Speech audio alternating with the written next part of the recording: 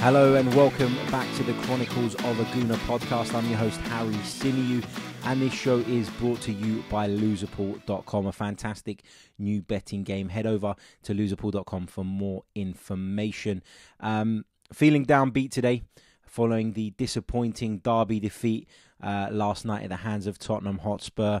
No matter what the competition, no matter how high or low it sits in your priority list as an Arsenal fan, getting beat at home by your fiercest rivals is never easy to swallow, and it's always disappointing, of course.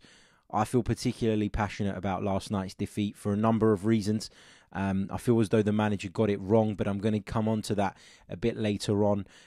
For those of you listening on audio, you may want to switch over to YouTube to watch this one, because I've got some visual props that are going to help me explain my points. Of course, for those of you that do wish to listen via audio, that's absolutely fine. I'll be explaining those in detail anyway. But yeah, feel free to check out our YouTube channel if you haven't already, and make sure you hit the like button and hit the subscribe button. It's ever so important in our growth.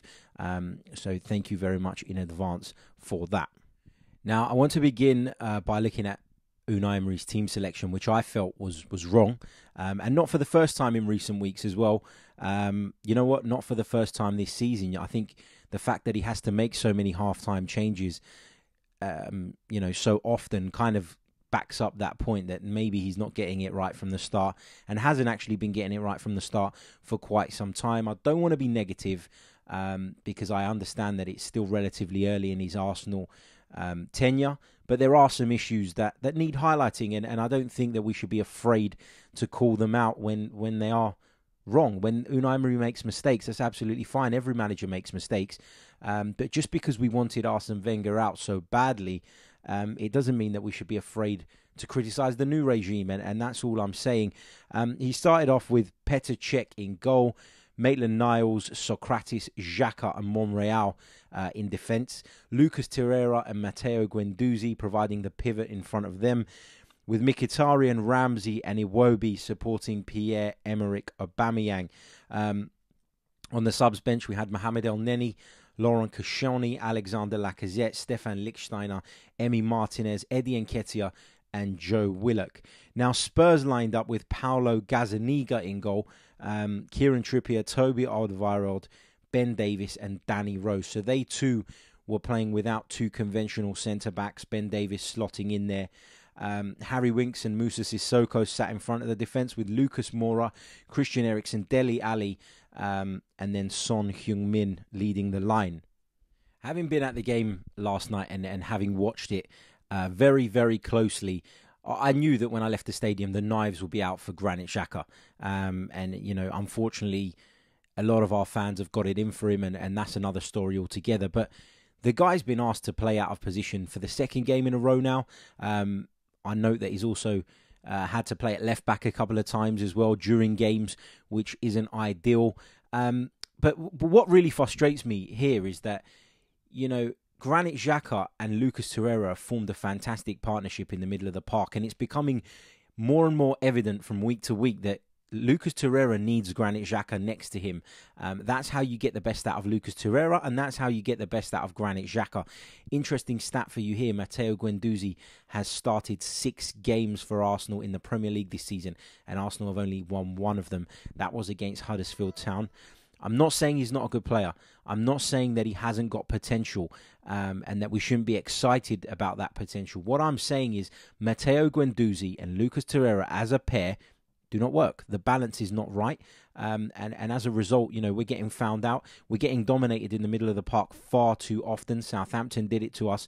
Winks and Sissoko did it to us last night. So this is becoming a common theme, and Unai Emery needs to address this, and soon.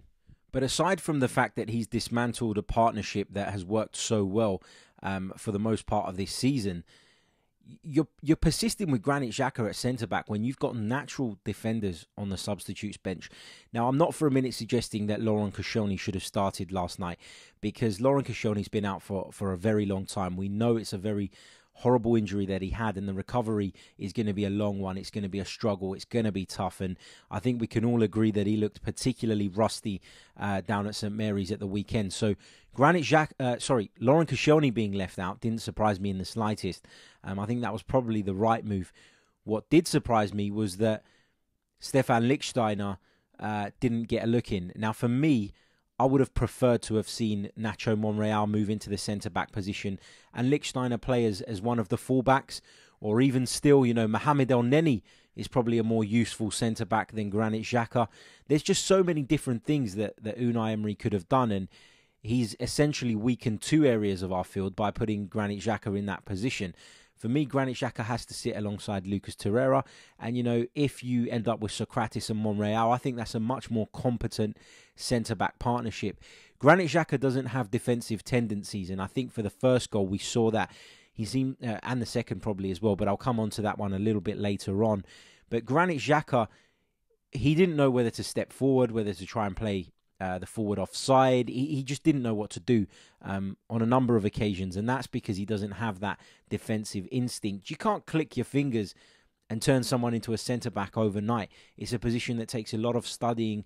Positional sense is key in that area of the park, and if you haven't got that, and if you haven't worked on that throughout your career, it's very hard to just turn that on, and people need to accept that. So for me, the blame lies at Unai Emery's door. Stefan Lichtsteiner could have even gone in at centre-back, too. And I think he'd have had a better time, an easier time than Granit Xhaka, because he is a defender. He might be a right-sided defender, but he is a defender. He's a very experienced footballer. He's played in some great defensive teams, Juventus in particular. And so he will have a better knowledge of what it takes to defend than Granit Xhaka will. I think that's obvious. And that is a glaring mistake from Unai Emery in my book. And the first goal was caused by us not knowing what to do with a marker. And obviously the second goal came from a hesitation from both the centre-backs, which allowed Harry Kane to chest the ball down, turn and pick out Dele Alli. And Dele Alli's run wasn't tracked equally. So, problems galore at the back for Arsenal. And it is concerning because we're halfway through the Premier League season almost. We've played 17 games in that competition, but of course we've played lots of others in the Cups and the Europa League, and it just feels as though there's been no improvement defensively. And you can say I'm being harsh, but I think if you probably look into it, the stats will probably back me up. And the minute the likes of Aubameyang and Lacazette aren't as efficient, you'll start to see the cracks, won't you? Because we've had to be very efficient to get results in front of goal. And what I mean by that is Lacazette and Aubameyang have had to be on top form. And the minute their form maybe drops off a little bit, you'll see the problems, because we can't keep turning up for half of a football match. We can't keep allowing teams to take the lead. We can't keep allowing teams to run through on goal unchallenged. And there's a whole list of issues, and I could go on about this all day. I just want to quickly make a point about Ainsley Maitland-Niles. He was asked to play at right back yesterday. First, he was asked to play as a conventional right back in a back four, and then he was asked to play as a right wing back in the second half. Now, one of the things that impressed me about Ainsley Maitland-Niles when he first broke into the Arsenal team was his confidence in his own ability, his composure, and his maturity. Well, last night we didn't see any of that. I thought that Ainsley Maitland-Niles looked really low on confidence. Basic things like controlling and passing the ball just weren't happening. He looked hesitant to get forward, hesitant to take on his man. And, I know that he was played out of position. I know he's a midfield player. But as a midfield player, surely that means you've got more composure on the ball and you're very confident with the ball at your feet and capable of picking out a pass. I thought he had none of that last night. I don't know if it's a dip in confidence. I know he's been out injured for quite a lot of this season, and perhaps, the confidence that he got from being included by Arsene Wenger hasn't carried over in the Unai Emery regime, which is a little bit strange because I suppose Unai Emery really praised him, didn't he, when he first came in? He spoke about how he could be a very good player and how he was a real part of his plans. That hasn't really materialised, though. And I thought that last night showed that when people talk about Hector Bellerin and criticise him, they don't have a fucking clue what they're on about, if I'm being honest, because Hector Bellerin gets up and down that pitch like no one else. Hector Bellerin makes our attacking football flow. with the fact that, you can play the ball out to the right and it's not going to break down with Hector Bellerin. There were countless times last night that Maitland-Niles gave the ball away, lost the ball trying to take on a player. There was a couple of times when we were pushing in the second half where he tried to beat his man. It just wasn't happening. He wasn't able to pick out a pass in the middle either. And, I think last night just demonstrated how badly we miss Hector Bellerin and how crucial he is to this team. I don't really want to go in too hard on Ainsley Maitland-Niles. That's not what I'm trying to do. He's a young player. He's got a lot to learn, a long way to go. But it just goes to show that, I've heard countless Arsenal fans in the last few weeks talking about youth and bringing through certain players and giving them a chance. Well, none of those players are ready, in my opinion. And they're not going to be ready anytime soon. So if Arsenal want the success that is desired, the top 4 finishes, the cup runs, and being competitive against our rivals, we need to buy ready-made replacements for these players. We cannot be relying on youth players and hoping that they break through. It's not going to happen, and it sounds horrible. Everybody wants to see youngsters from their club coming through, but that's not modern football. That's not the reality, and we need to catch up quick. Moving a little bit further up the pitch, I want to talk about Henrikh Mkhitaryan and Alex Iwobi. A lot of people are wondering why those two keep starting games, and you've got a fair point. I completely agree with you. I'm not sure why Unai Emery likes the pair so much. Is it that he likes them individually? Is it that he likes them as a pair, as a partnership? Is it because they work hard? Because they both do, to be honest. Henrikh Mkhitaryan works a lot harder than I thought he would when we initially signed him. I thought particularly in the first half last night he worked like a dog, and so I was surprised to see him come off at half-time. So the point I'm trying to get to is Mesut Ozil, for me, is a far better footballer than either of those two. So what justification is there for leaving him out and picking those two? Now, Mesut Ozil, there's been lots going around in the press, people saying that his injuries are not real, that there's a falling out with Unai Emery. And for the first time last night, I started to join that sort of bandwagon and agreeing with the notion that they probably have fallen out. Because why else would you leave him out of the squad completely? It makes no sense. And Unai Emery came out and said it was for tactical reasons. Well, what tactical reasons? Explain. You've got Joe Willock on the bench. Why don't you have Mesut Ozil on the bench? All due respect to Joe Willock, but he's not going to come on and change a game for you, is he, when you're in trouble? So, you've got a potential game changer in Mesut Ozil, and you don't want him around the squad for whatever reason. You keep saying that he's been left out for tactical reasons. Well, explain it. What are the tactical reasons? You can't talk about physicality all the time. That doesn't wash with me. Football is not just about being a brute and barging into people. Mesut Ozil's a very technically gifted player, very creative. And yes, from time to time, his form dips and you have every right to question that as fans. But to leave him out completely makes no sense to me. He's better than Iwobi. He's better than Mkhitaryan. And so it makes absolutely no sense. They must have fallen out. It's the only logical explanation now. And, quite frankly, I'm getting sick and tired of hearing about it. He's the best player at Arsenal Football Club, and he needs to be involved. And it's as simple as that. If he wasn't the best player at Arsenal Football Club, he wouldn't be on a contract worth around about £300,000 a week. So, there's a reason for that, and you got to think about that. He is our most talented footballer, no doubt in my mind. And that leads me on nicely to a question about another player who's seemingly been left out in the cold, and that's Alexandre Lacazette. I mean, what on earth does he have to do to get a start in this Arsenal team? Every time he comes on, he has an impact, a positive one. He pressures defenders. He works a lot harder than Pierre-Emerick Aubameyang. I think his hold-up play is a lot better. Yes, Aubameyang's goal statistics are good, and I'm not saying that Aubameyang should be left out of the side, but Unai Emery has to find a way of accommodating the pair of them, because Aubameyang is so much better when Lacazette is on the pitch, and Arsenal as a team, as an attacking force, is so much better when Lacazette is there. So that is one that doesn't make sense to me, and I'd like to hear your thoughts on that. So tweet me at Chronicles_AFC, because I don't get that. I don't understand what it is that Unai Emery doesn't fancy about Alexandre Lacazette. I think he's a brilliant footballer. And it's only a matter of time, isn't it, before Alexandre Lacazette gets fed up and goes and knocks on the manager's office door and starts wondering why he's constantly being left out. You know, Unai Emery would turn around and say it's tactical, and that he feels that the team doesn't have the right balance. I think he said something along those lines earlier on in the season, and that's fine, but we can't bloody defend anyway. He's obviously not seeing any benefit from leaving him out of the team, is he? Because we're not tight defensively as a result of that. We're not particularly dominant in midfield as a result of Lacazette being left out. So for me, it makes no sense, and it's only a matter of time before Lacazette gets fed up too. And I just get the feeling that Unai Emery's starting to lose a little bit of control in the dressing room.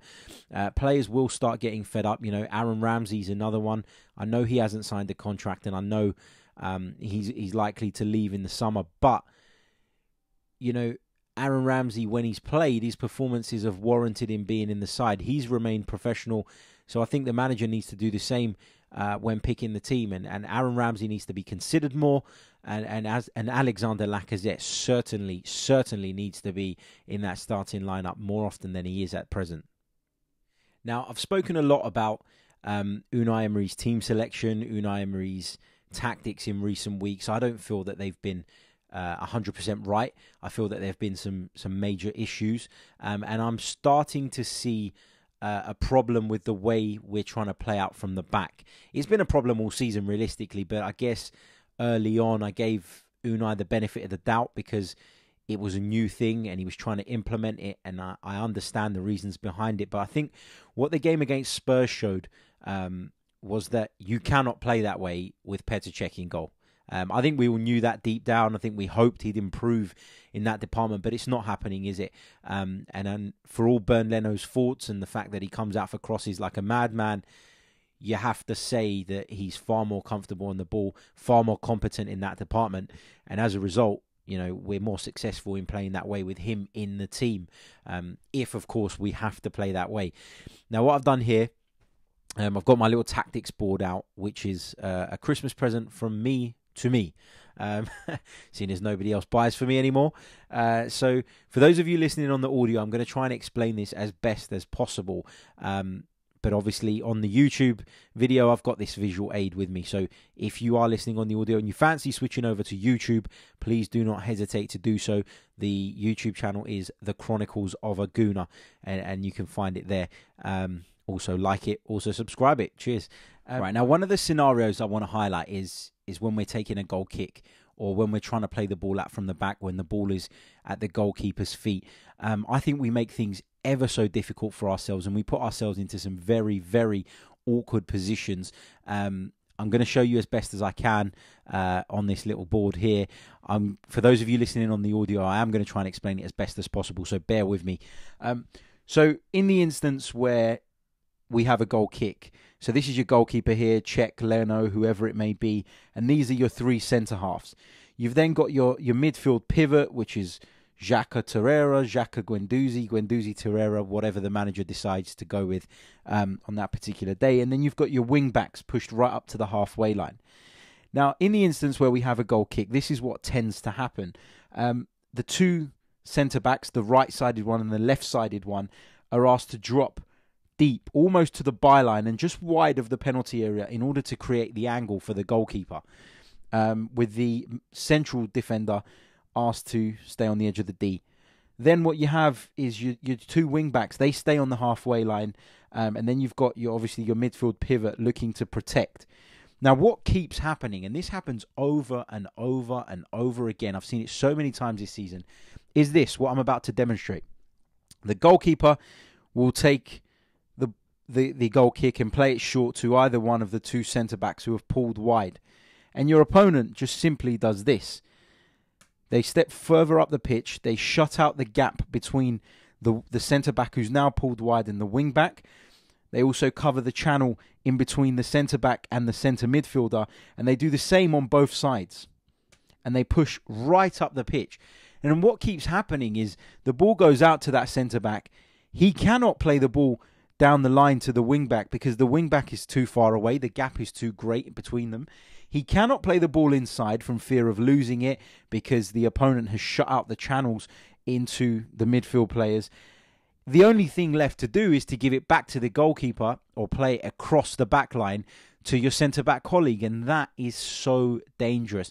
To do that, it needs to be so accurate, and right now, we don't have the footballers playing in the centre of our defence to do that. We don't have a Virgil van Dijk, we don't have a Sergio Ramos, we don't have a Rio Ferdinand of years gone by who's so confident on the ball. We don't have any of that, and this is the problem that we're having from time to time. They squeeze us up, they shut out all the channels, and we end up playing the ball from the centre-back, back to the keeper, back to the other centre-back, back across the goal to this centre-back, back into the middle, and it's just, we keep doing that until we find the way out. And often, the way out is to lump the ball up the pitch because there is no clear option, and we keep losing the ball as a result of it. Now, the theory behind it is a good one. It makes sense in theory, but that's the key word there, theory. The practicality of it is a completely different thing. And what happens is, in theory, is that what Unai Emery wants to do is he wants to suck these players in. He wants to suck your opponent in to thinking that they can win the ball, to thinking that they can dispossess you on the edge of your own penalty area. And the idea is that your passing is so good that you manage to play around them, and then you've got space in the midfield to drive at their back line. That's the theory, but it doesn't work. It's not happening at the moment. And I just feel that at this moment in time, Unai Emery needs to rethink this. He needs to abandon this. Not forever, but he needs to think that right now we don't have the players capable of doing this. And it's causing us problems time and time again. We saw it a few times last night. If I set it back to when we switched to the back three in the second half, where Granit Xhaka was receiving the ball in this position, in the left centre-back position, and then looking to play the ball into the middle of the park. It wasn't quite happening because Spurs had become alert to it. They'd started shutting out these channels here and preventing us from playing that ball out of our back line into the midfield to then turn and get going. And then as a result of that, you end up with literally playing with your wing-backs. And last night, unfortunately, Nacho Monreal and Ainsley Maitland-Niles were just not good enough to penetrate Spurs' backline in an effective way. And that's why, I guess, in the second half, we didn't create jack shit. But yeah, this is a concern that has been with me for most of the season. Even when we play a back four, if I quickly switch this to a back four, then you end up with the same problem again, because he's asking, if you take these guys out of the equation for a minute, if he's asking the centre-backs to do that again and split, and then your midfield players dropping in here, and your opponent shuts that pass out to the midfield player, shuts the pass out to one centre-back and one out to the other, then you're in trouble. You have to go long. If you don't go long, you're putting any of those players under immense pressure, and that's why we keep losing the ball at the back. You know, it's, in theory, I understand what Unai Emery is trying to do, but we don't have the tools to play that way right now, and he needs to abandon that for the time being, in my opinion. Now, this is not an observation just based on last night's game, by the way. This is something I've been talking about all season. He's asking them to spread into these positions. And, you know, I've already spoken about how our opponents are shutting down the channels out of the defence. But what also happens as well is that when you do lose the ball, you know, when you do lose the ball and you're in this sort of shape, you're exposed, aren't you? Because there's a gaping hole in the middle of your penalty area on the edge of your box. And as the centre-halves have pulled out so wide, it will take time for them to get back in here and protect. And so that's a common problem as well. And I think the game at Cardiff earlier on in the season highlighted that, when Cech played a ball out straight to the attacker, and I think it was Harry Arter was literally here. And by the time the centre-backs could get across, he got a shot off. So this is a common theme that's occurring time and time again. And we need to work out another way of playing, and Unai Emery needs to stop being stubborn. Something that I've said he hasn't been this season, but he has in some ways. He needs to cut it out, and he needs to go back to basics and protect us as best as possible. And if you want to play that football, then I don't know. I don't see it working with this group of players. Just a thought. Again, let me know what you think. Tweet me at Chronicles_AFC. Right now, it is time to look at some of your questions and comments. I put a tweet out late last night when I got home from the game to get your thoughts and some of your questions, and I forgot to do this on the last show, so I do apologise to those who sent stuff in. I'll definitely make sure I don't miss them today. Yeah, sorry about that. So let's go first from Mike Stavru, who actually features regularly on this podcast. Mike says, when will Emery finally get the team right from the first whistle, rather than having to react and change a game at halftime? Mike, I wish I knew the answer to that question. I completely agree with you. Whilst Unai Emery's been getting praise for impacting games with his substitutions, I guess a lot of us have overlooked the actual issue, which is that we're not getting it right in the beginning. So yeah, that is a real concern, and fingers crossed that can be resolved as soon as possible. Graham Sutherland, another follower and fan of the show, real supporter. Thank you so much, Graham. I know you've only started listening relatively recently, but you've been brilliant and one of our most active followers, so thank you so much for that. Now, Graham asks whether we should start with Aubameyang or Lacazette going forward, or both. In my opinion, if you have to pick one or the other, it's Alexandre Lacazette. I think he brings far more to the team than just goals. And whereas I think Aubameyang, yes, he gets goals, but he doesn't really bring a great deal else. In an ideal world, I'd like to find a system where both of them can start, but I don't see that happening. So I guess for me, it's got to be Lacazette. This next one comes from Richard Wright. He says, perhaps this is just a blessing in disguise. We've got a very thin squad, and now we can focus on the Premier League, Europa League, and FA Cups. Hopefully we'll have more reinforcements by then. I do think that a two-legged semi-final would have taken its toll on us, so I see where you're coming from on that one. But you know what? I'd have personally been happy to have seen him get through the Spurs game and then drop players and start picking youth players in the semi-final. I wouldn't have been that bothered had we beaten Spurs. I think for me it hurts a great deal more because it was against them. And you know, rightly or wrongly, that's just how I feel. Interestingly as well, during the day I put a poll out where I asked whether people were feeling confident. I asked for people's predictions, and the options were Arsenal win, Spurs win, or penalties. 77% of you voted an Arsenal win. Only 10% voted Spurs victory, and 13% of you thought it would go to penalties. Thank you to everyone who took part in that poll. Keep an eye out on the Twitter page. There'll be more of those coming. That brings us to the end of another episode. I'm not going to wish you all a Merry Christmas just yet, because we'll be dropping one more episode after the Burnley game before the Christmas holiday kicks in. So yeah, thank you once again for listening. Thank you once again for watching. For those of you who are with us on YouTube, don't forget to subscribe, guys. Don't forget to like. Don't forget to review us if you're listening on iTunes. Ever so important for us. So thank you very much. And thanks for your continued support. Don't forget, this show is sponsored by loserpool.com, a fantastic new betting game. If you head over to loserpool.com, there's more information and you can find out exactly how it works. And I believe there is a pot with £1,000 prize at the moment for the winner. And you'll be surprised. If you know your stuff, you can win some serious money with this. So do head over to loserpool.com. On behalf of myself and everyone else involved with the Chronicles of a Gooner, thank you very much for listening and watching once again.